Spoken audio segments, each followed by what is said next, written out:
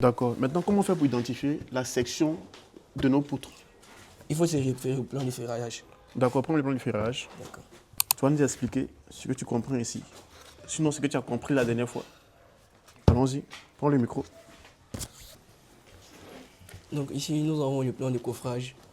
D'accord, Le plan de coffrage de notre étage.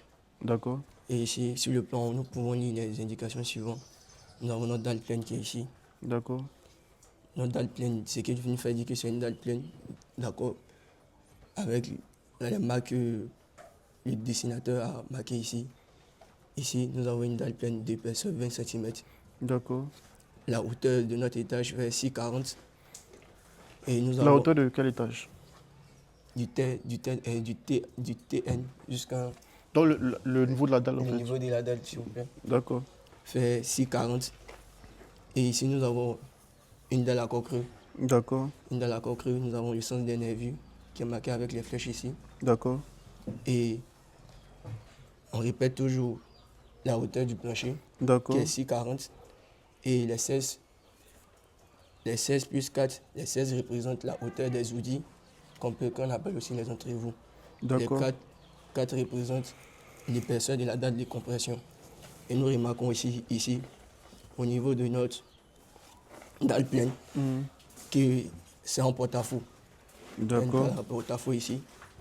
Ça déborde un peu, Ça ok. déborde un peu. D'accord, Ouais.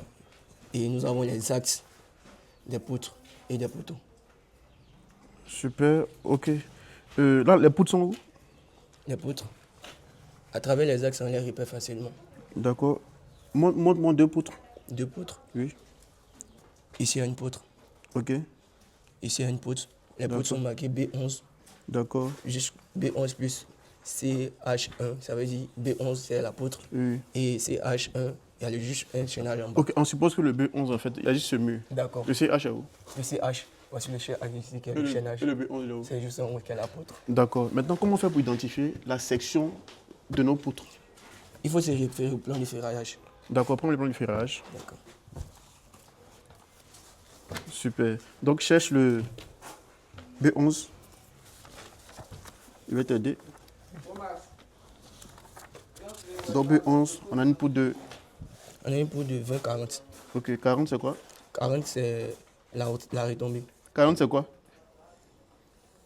J'aime pas ça, hein. J'aime pas ça. 40, c'est quoi? Qui peut répondre? 40, c'est quoi? Voici la poutre. La largeur de la La poutre. poutre fait 20, 40, non? Oui, monsieur. 40, c'est quoi? La largeur de la poutre. La hauteur. La hauteur, s'il vous plaît. La hauteur de la poutre. Ici, la retombée doit faire combien? La retombée, ça doit faire 20. Où Ça tu lis doit- les 20?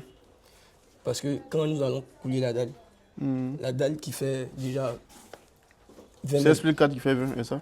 oui, 20 mètres d'épaisseur, puis la retombée va faire 20. 20. Même quoi tu dis, c'est la retombée qui est là. Désolé, monsieur. Désolé, monsieur. À bol les fouets.